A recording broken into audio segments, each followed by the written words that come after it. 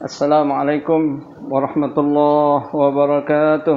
Waalaikumsalam warahmatullahi wabarakatuh. A'udzu billahi minasyaitonir rajim. Bismillahirrahmanirrahim. Alhamdulillahirabbil alamin. Wassalatu wassalamu ala asrofil anbiya'i wal mursalin sayyidina Muhammadin wa ala alihi washabbihi ajma'in. Amma ba'd. Rabbi shrah li sadri wa yassir li amri wahlul 'uqdatam min lisani yafqahu qawli. Rabbi zidna ilman warzuqna fahman amin ya rabbal alamin. Sallallahu alaihi wasallam Muhammadin wa ala alihi. Ya, kita langsung hari ini kita tafsir surah Al-Falaq dan An-Nas. Karena ini berbarengan diturunkan Al-Falaq An-Nas ini. Al-Falaq An-Nas berbarengan diturunkan. Jadi surah Al-Falaq, Qul a'udzu birabbil falaq, sama An-Nas, Qul a'udzu birabbin nas. Ini disebut dengan al-mu'awwadzatain. Al-mu'awwadzatain. Artinya dua surat perlindungan, mohon perlindungan.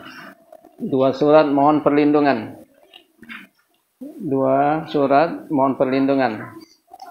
Bahkan kulhu termasuk surat perlindungan juga. Makanya Nabi kalau mau tidur dia baca kulhu Allahu ahad, kemudian Al-Falaq, kemudian An-Nas. Setelah itu dia tiupkan ke tapak tangannya. Sudah tiupkan, sudah diusapkan dah kepala, muka, terus seluruh badan bagian depan. Jadi kita juga begitu kalau mau tidur tuh. Iya. Habis baca. Iya, ditiupkan kemudian diusapkan seluruh badan. Kecuali bagian belakang, bagian ini jangan. Bagian kaki jangan, bagian depan saja. Dari kepala, muka terus diusapkan. Gitu juga kalau Nabi sakit, dia baca Al-Falaq An-Nas. Dia tiupkan, dia usapkan mana yang sakit. Jadi waktu Nabi susah mau melapaskan itu, sakit keras, Siti Aisyah tuh yang bacakan tuh. Dia bacakan, dia tiupkan ke tangan Nabi, diusapkan ke badannya. Gitu. Jadi ayat surat perlindungan. Jadi Nabi semasa hidupnya banyak bacaan-bacaan dia, doa-doa dia untuk minta perlindungan kepada Allah dari kejahatan manusia, kejahatan makhluk Allah ini, dan juga kejahatan setan, jin. Nabi selalu minta perlindungan dengan bacaan-bacaan yang beliau baca. Tapi tatkala Allah turunkan dua surat ini, Al-Falaq An-Nas, maka beliau tinggalkan semua bacaan-bacaan yang lainnya, doa yang lainnya untuk minta perlindungan. Nabi hanya baca Al-Falaq dan An-Nas saja. Jadi udah Al-Falaq An-Nas untuk ini, untuk berlindung kepada Allah dari kejahatan semua makhluk, kejahatan jin dan manusia dan binatang, buah, semuanya tuh. Udah lengkap sekali. Itulah Nabi berkata kepada Uqbah bin Amir, wahai Uqbah, tidakkah engkau tahu semalam turun ayat surat yang tidak ada bandingannya? Surat apa itu ya Rasulullah? Ayat apa itu ya Rasulullah? Akhirnya Nabi bacakan Al-Falaq dan An-Nas ini. Iya. Kita ambil berkah, kita baca terlebih dahulu. Jadi sebab turun ayat ini, surat ini, Nabi kena sihir. Nabi sakit,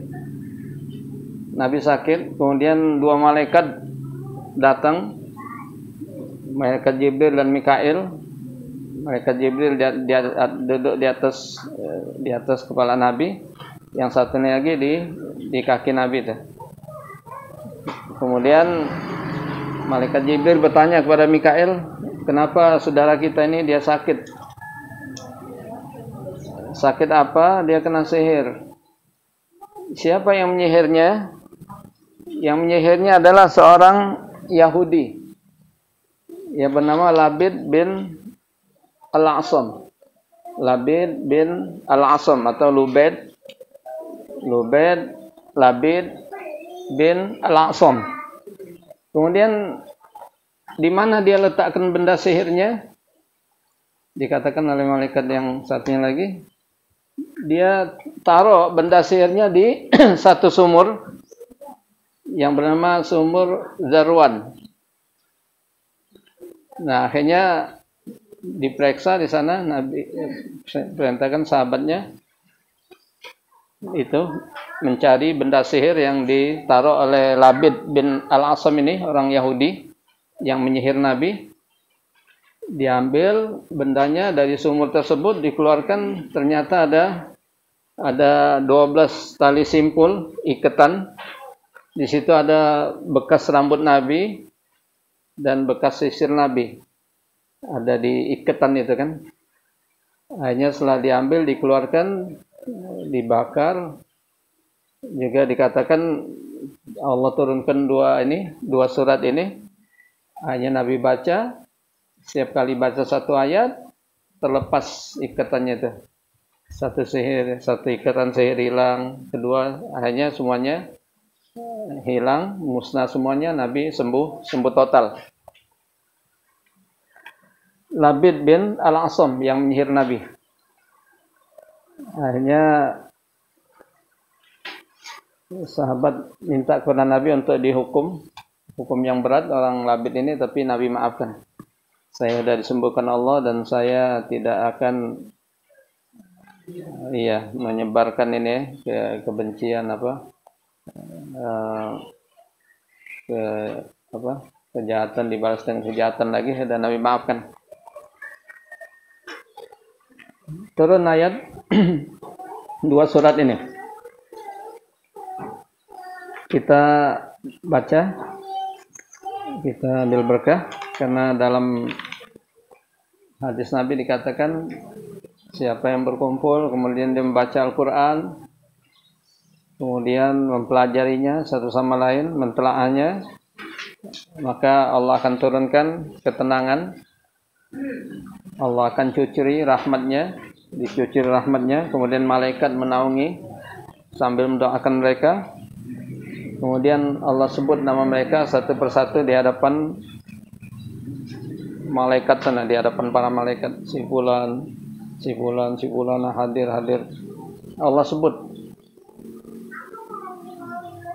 Gimana enggak bangga kita, Allah sebut nama kita.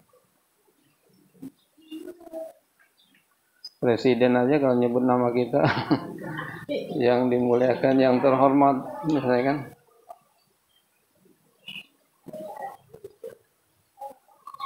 Nah, jadi kita mulai dari Al-Falaq ya.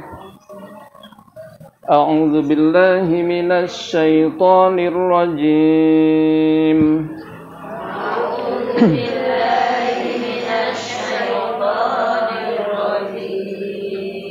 Bismillahirrahmanirrahim.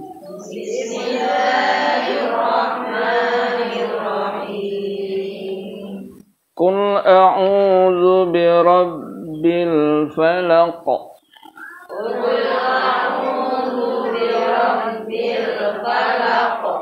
Min syarri ma khalaq. Wa min syarri ghasikin idza waqab.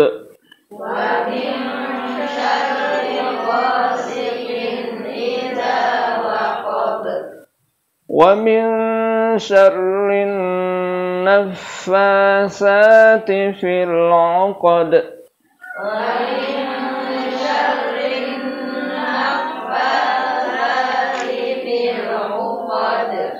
wa min syarri hasidin idza hasad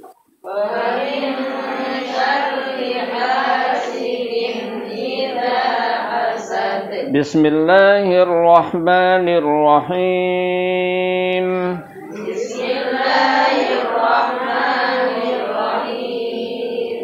Qul a'udzu birabbin nas.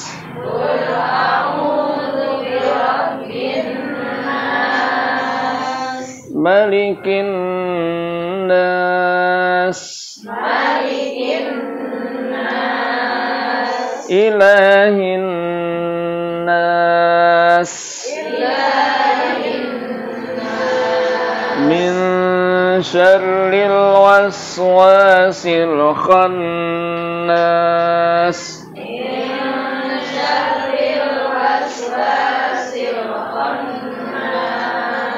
Alladzi yuwaswisu fi sudurin nas.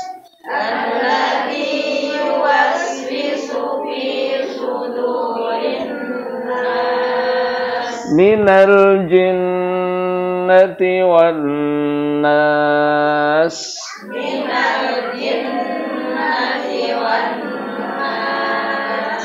Sadaqallahul azim.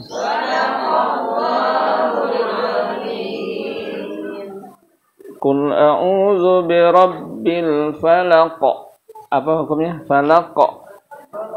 Iya, kalau kubro ya. Itu paling jelas. Jadi kalau hukumnya wajib tajwid ini yang qalqalah karena dia membedakan antara huruf qaf dengan huruf kaf. Jadi kalau orang baca qul a'udzu birabbil falaq bukan falaq. Jadi itu huruf mirip huruf kaf. Falaq ya. Makanya di dalam surat Qul itu Allahus Samad. Kalau Allahus Samad, somad pakai T itu diam artinya. Allah itu diam. Nah, jadi berubah makna. Seharusnya dengan qalqalah Allahus Samad, tempat bergantung. Jadi berubah arti. Berubah makna.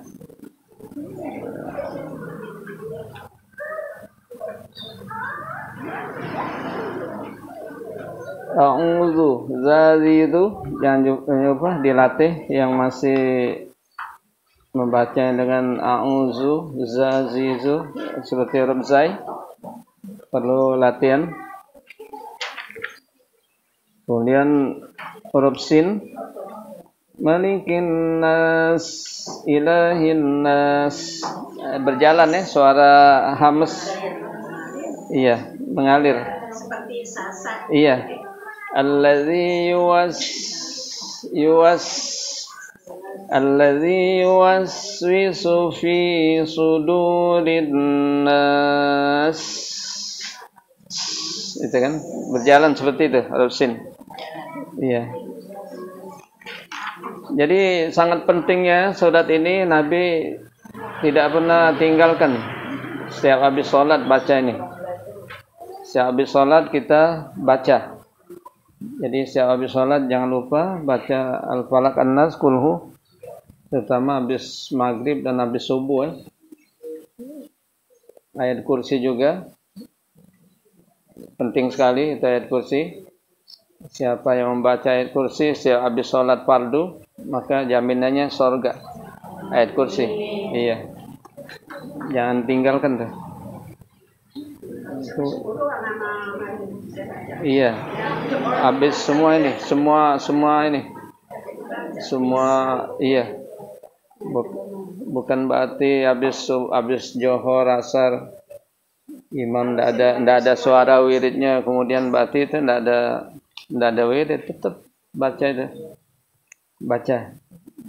karena pelan, jadi seolah-olah tidak ada baca apa-apa, padahal baca tuh.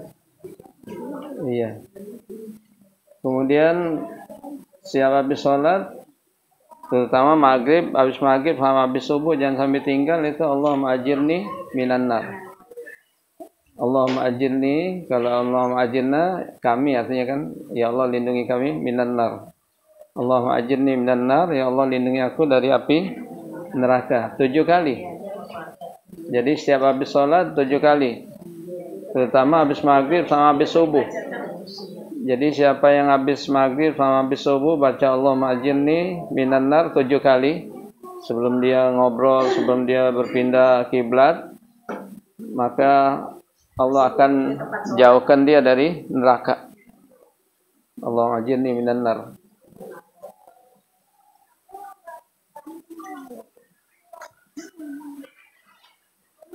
Kita setiap orang tahlil selalu baca Al-Falaq An-Nas, tidak tinggal kulhu. Doa selamat juga pakai itu. Apalagi tahlil pakai ini. Jadi kalau ada tahlil tidak pakai baca kulhu Al-Falaq An-Nas, oh itu ya, itu orang yang tidak biasa memimpin tahlil. Jadi mesti inilah, karena sangat pentingnya di mana-mana, tidak lepas kita kedua surat ini. Jadi ada sesuatu yang kurang ini baca ini. Ada terancam gangguan orang, bacakan ini. Takut sama sihir, bacakan ini, guna-guna.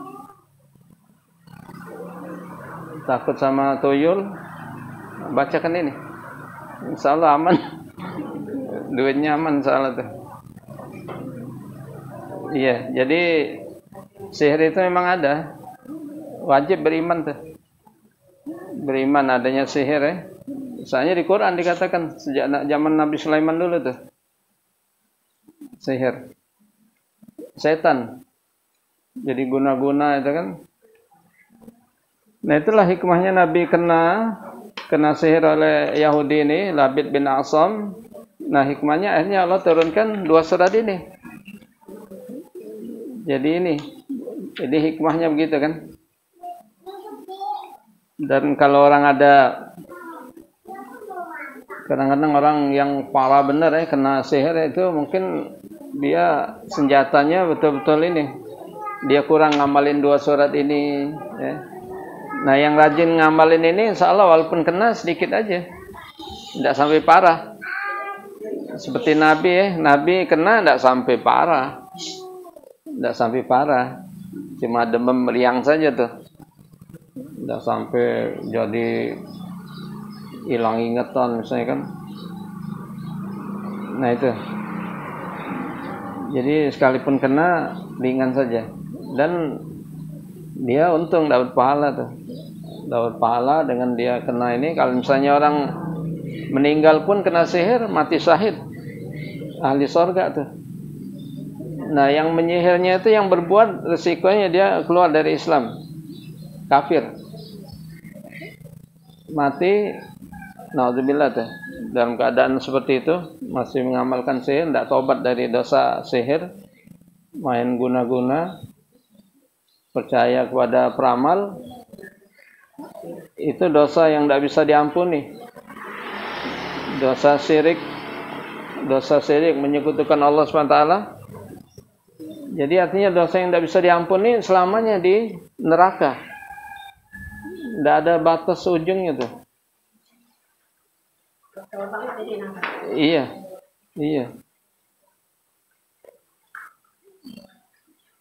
Selama-lamanya.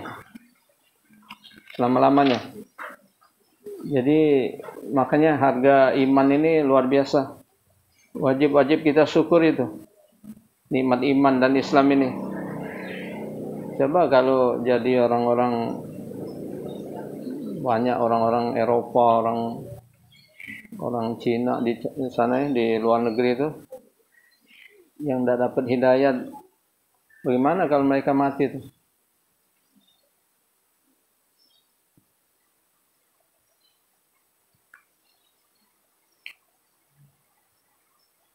Nah orang yang ada iman di dadanya walaupun satu titik, walaupun seberat atom, dia pernah mengucap la ilaha illallah sekali, dia meyakini itu tidak ada Tuhan kecuali Allah. Kemudian selebih itu maksiat semua tuh, dosa semua, kewajiban dia tinggalin, tidak sholat, maksiat semuanya, sehingga cuma itu aja, ada iman sedikit, kalimat la ilaha illallah. Jadi walaupun dia di neraka betapa lamanya, tapi ujung-ujungnya udah selesai, dia keluar dari neraka, dimasukkan ke dalam sorga. Itu kan. Jadi dalam hadis diceritakan orang yang ada iman, iya, jadi dia keluar dari api neraka terakhir sekali, karena saking banyaknya dosanya, dia yang paling banyak dosa. Tapi dia kelebihannya ada iman sedikit tuh, pernah ngucap la ilaha illallah sekali, dia meyakini maknanya tidak ada Tuhan kecuali Allah tuh. Nah ini yang menyelamatkan dia keluar dari api neraka tuh sendirian tuh. Akhirnya Allah kasih surga 10 kali dunia ini surganya. Jadi itulah yang dikatakan orang paling miskin di surga.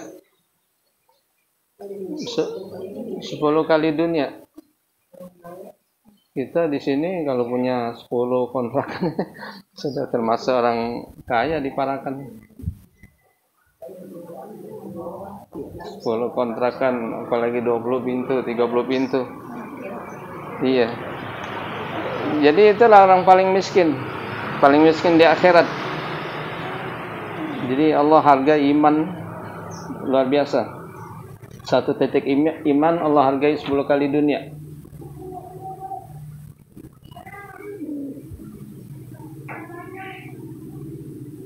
Jadi penyihir, orang-orang suka main sihir ini, risikonya dia keluar dari Islam. Walaupun dia masih sholat, gitu kan?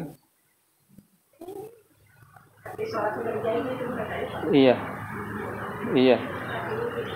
Jadi jangan coba-coba kita mendatangi para peramal, ahli sihir tuh. Walaupun dia bilang amalan, ini amalkan aja, ini dia baca, ada bacaan yang tidak jelas misalnya kan. Dalam mafhum hadis dikatakan siapa yang mendatangi para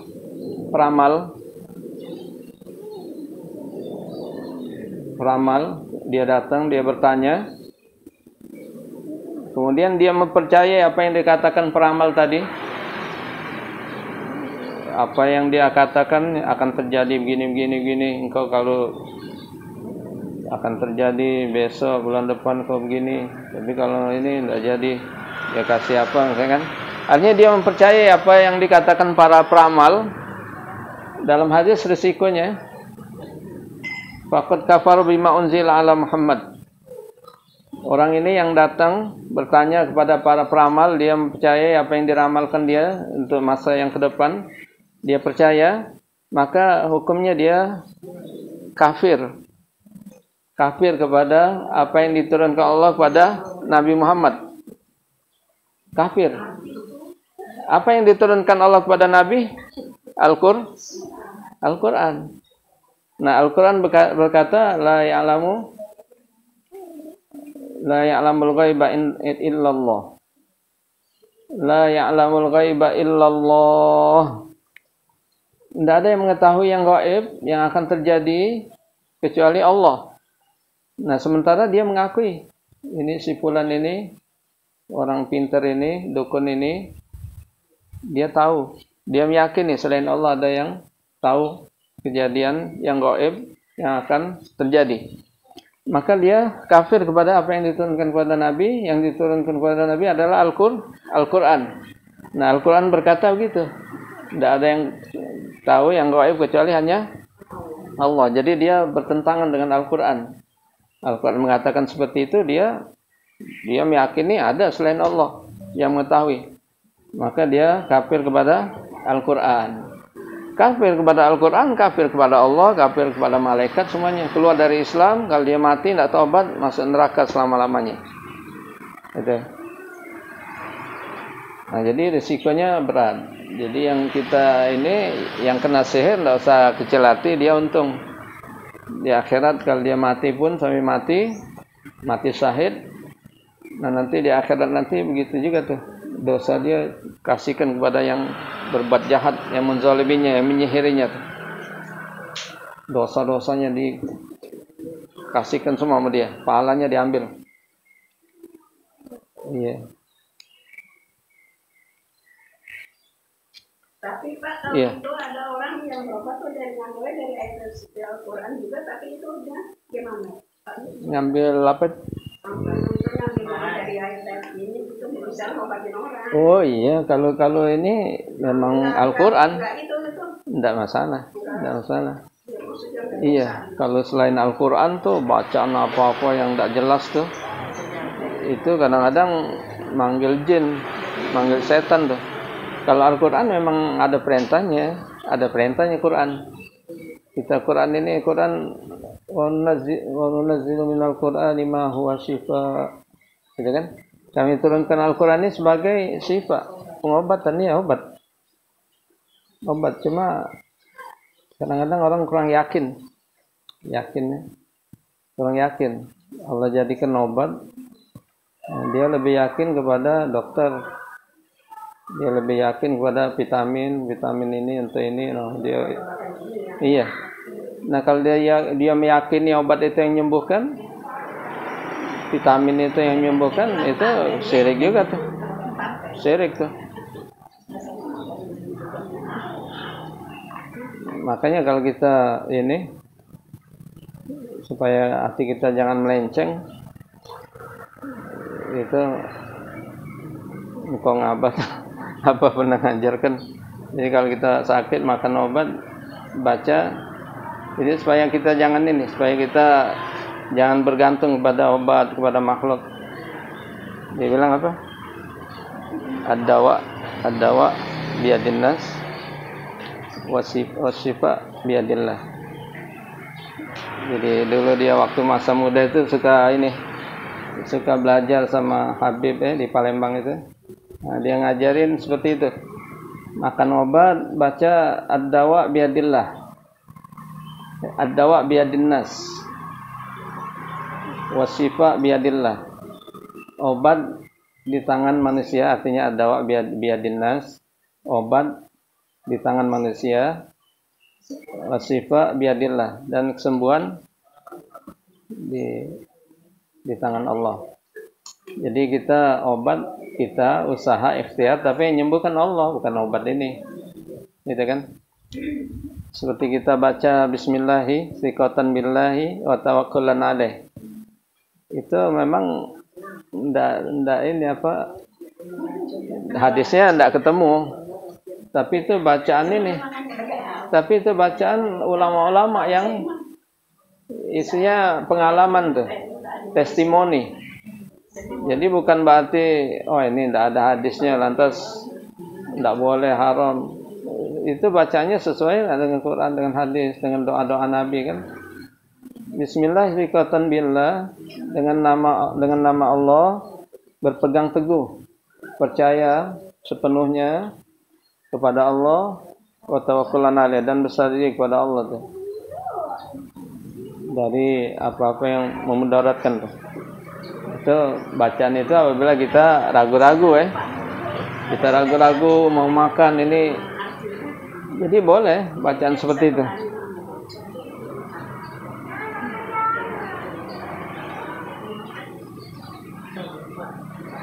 Jadi karena dia ini itu sekedar mempercayakan aja, maka keluar daripada Islam. Jadi jangan takut, dan ini sebagai senjatanya. Jadi kalau kita udah baca masih kena juga, udah berarti, soalnya nanti pada hari kiamat, iyyakum wadz-zulm, kata Nabi, fa innal zulma zulumatun yaumal qiyamah. Hindarilah oleh kalian perbuatan zalim di muka bumi ini. Fa inna zulma, karena kezaliman itu zulumat yaumil qiyamah, itu merupakan kegelapan yang luar biasa nanti pada hari kiamat. Yang dizalimi ya dia untung sebetulnya. Dia untung. Lebih baik dizalimi daripada menzalimi. Tapi kita minta kepada Allah jangan sampai itu doa kita keluar rumah ya, Allah ini a'udzubika an adzlima a'udzulam. Ya Allah, aku berlindung pada Engkau daripada berbuat zalim. Jangan sampai aku keluar rumah ini ada yang aku zalimi.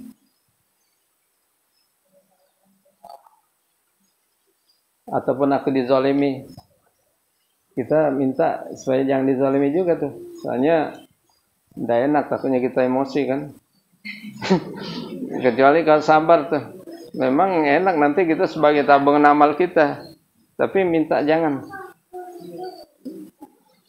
Ataupun aku sesat, aku disesatkan, ataupun aku membodohin orang, ataupun dibodohin orang, gitu kan?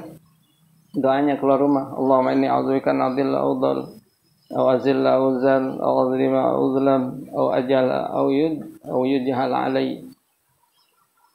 Nah, daripada kita menzalimi orang, lebih baik kita dizalimi sebagai tabungan akhirat.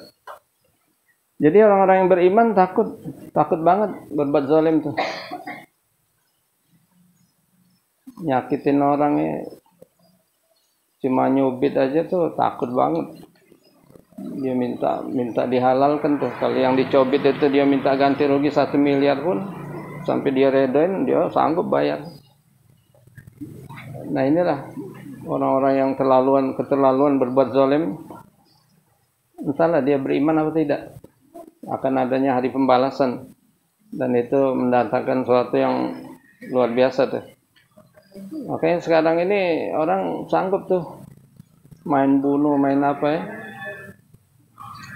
orang baik-baik dibunuh tuh. Apalagi kalau orang-orang yang paham komunis, dia cara membunuh tuh sebelum dibunuh habisin disiksa dulu. Itu betapa besarnya itunya. Makanya kalau kita orang-orang yang ingin menegakkan keadilan ya, menumpas amar ma'ruf nahi munkar, itu orang-orang yang sayang sebetulnya, sayang kepada orang yang berbuat zalim tadi. Apa jadinya kalau di dunia ini belum diselesaikan di akhirat? Gitu kan? Makanya hukuman yang paling adil itu, paling bisa menebus dosa ada hukum Islam. Tidak ada selain Islam. Sekarang ini penjara penuh semua tuh. Bahkan dijadiin bisnis tuh. Semuanya di penjara. Orang bunuh penjara, orang korupsi penjara, semuanya di penjara tuh. Iya. Jadi hukuman itu kita sayang kepada orang yang membunuh, misalnya kan kita sayang sama dia, dihukum, dibunuh lagi. Nah di akhirat dia tidak kena tuh. Sebelum dibunuh kemudian suruh taubat dulu, kan enak kan? Di akhirat tidak kena tuh. Coba kalau dibiarkan tuh, oh di akhirat luar biasa tuh. Tidak kena hukuman di dunia, di akhirat. Di dunia cuma dihukum 7 tahun, 10 tahun. Nanti dia keluar lagi, berbuat lagi karena dianggap ringan kan. Nah di akhiratnya kena. Jadi hukuman yang bisa bikin jerah, menebus dosa hanya hukum qisas. Orang nonjok orang ditonjok lagi tuh.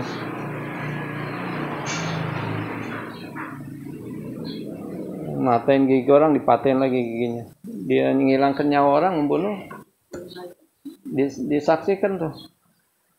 Makanya di Jeddah itu ada Masjid Al-Qisas, itu tempat eksekusi tuh. Orang membunuh setelah disidang, diadili apa, udah habis Jumat tuh disaksikan orang ramai, hancung. Iya, bagi dia nembus dosa tuh, di akhirat tidak kena lagi. Nah bagi yang lain yang menyaksikan itu ngeri tuh. Orang mau bunuh tuh mikir 1000 kali. Mau berbuat jahat mikir 1000 kali. Sekarang ini udah enggak ada nyawanya, enggak ada harganya tuh.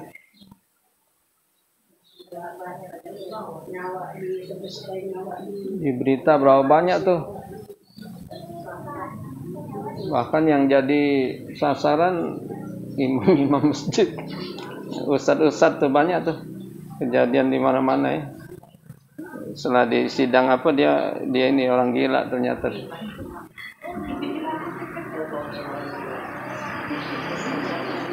Yang dibunuh syahid, beruntung tuh.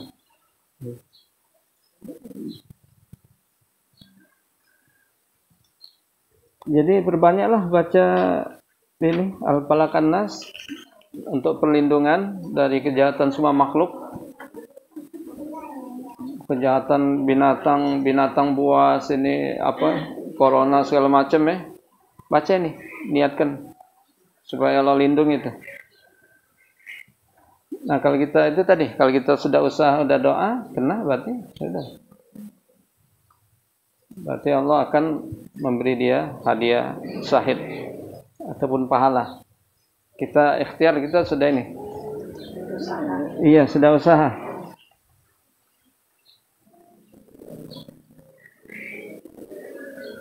Qul a'udzu birabbil falaq. Katakan, aku berlindung pada Allah, Tuhan yang menguasai subuh. Al-Falaq diartikan subuh sini. Subuh Al-Falaq itu ini apa? Memecah.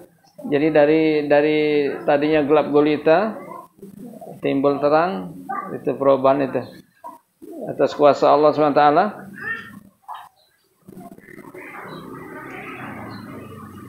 Min syarri ma khalaq.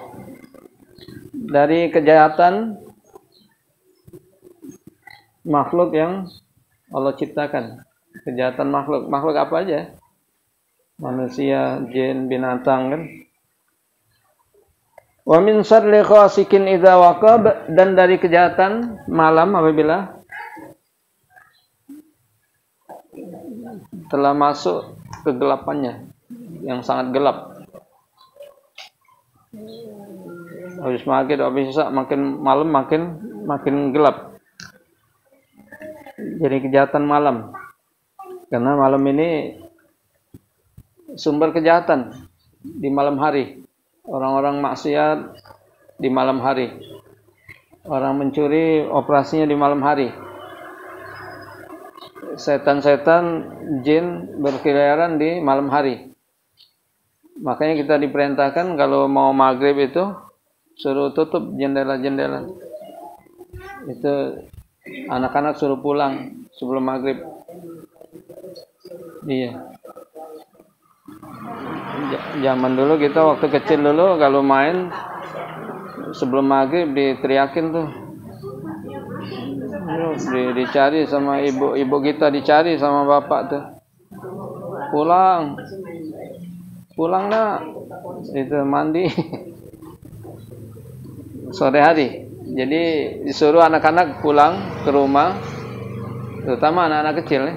Kemudian jendela tutup semua tuh. Jendela. Jadi kejahatan banyak terjadi di malam hari. Orang-orang jahat semuanya keluar di malam hari. Wa min syarrin naffatsati fil 'uqad, dan dari kejahatan penyihir wanita yang meniup. Fil 'uqad, di dalam simpul-simpul tali-tali ikatan itu. Jadi ada benda-benda sihir itu diikat, disimpul, kemudian dia baca mantra-mantra. Ada boneka itu, dia baca mantra-mantra dimasukkan ke dalamnya tuh. Jadi sihir.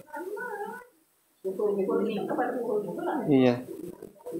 Boneka betul banyak tuh para selebriti. Boneka itu diisi sihir dalamnya tuh.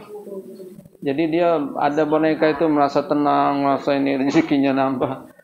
Rezekinya istidraj ya. Banyak bintang-bintang film seperti itu. Udah saya ikut-ikutan ini. Syirik, musyrik tuh. Musyrik, iya. Itu ajaran ini orang-orang agama Hindu, agama Buddha. Itu tadi. Jadi istidraj seolah-olah dia pelihara itu, dia dapat ini, dapat maju usahanya. Istidraj.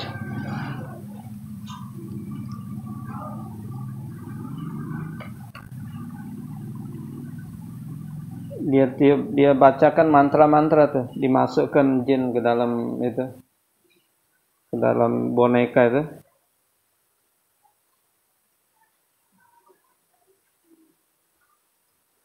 Wa min syarri hasidin idza hasad. Dan dari kejahatan pendengki apabila tumbuh rasa dengkinya. Jadi hati-hati. Kullu nikmatin mahsudatun. Jadi setiap nikmat itu didengki. Didengki, makanya ya baca inilah solusinya, kita banyak baca ini. Kemudian kalau kita ada nikmat jangan lupa ingat kepada Allah, ucapkan masya Allah tuh. Ada kelebihan, ada nikmat masya Allah. Kalau enggak nanti kena ini, kena ain, mata, kejahatan orang-orang yang dengki tuh. Masya Allah sama subhanallah. Iya, subhanallah beda. Masya Allah itu kalau lihat ini dia keindahan, kebaikan keajaiban yang bagus. Misalnya kita lihat anak kita pintar baca Quran misalnya kan, masya Allah kan. Iya. Kalau subhanallah biasanya yang sebaliknya.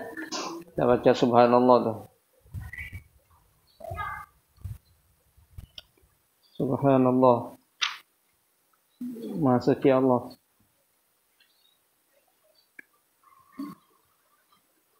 Jadi kalau dia baca itu, insya Allah tidak kena kejahatan sihir. Orang yang selalu ingat kepada Allah, kemudian bila dia melihat nikmat yang ada pada dirinya, masya Allah, bilang masya Allah tuh. Kalau tidak, sihir masuk.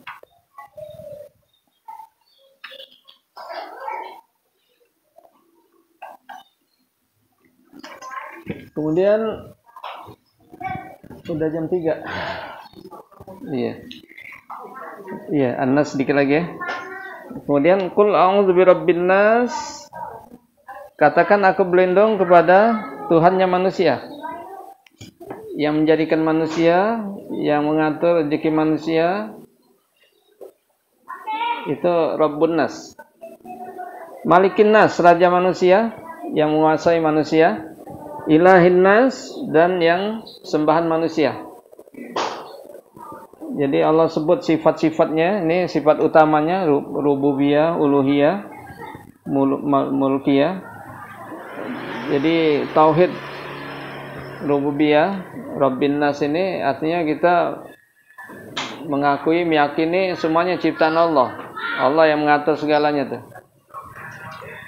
Kemudian Malikin Nas, raja yang menguasai semua manusia.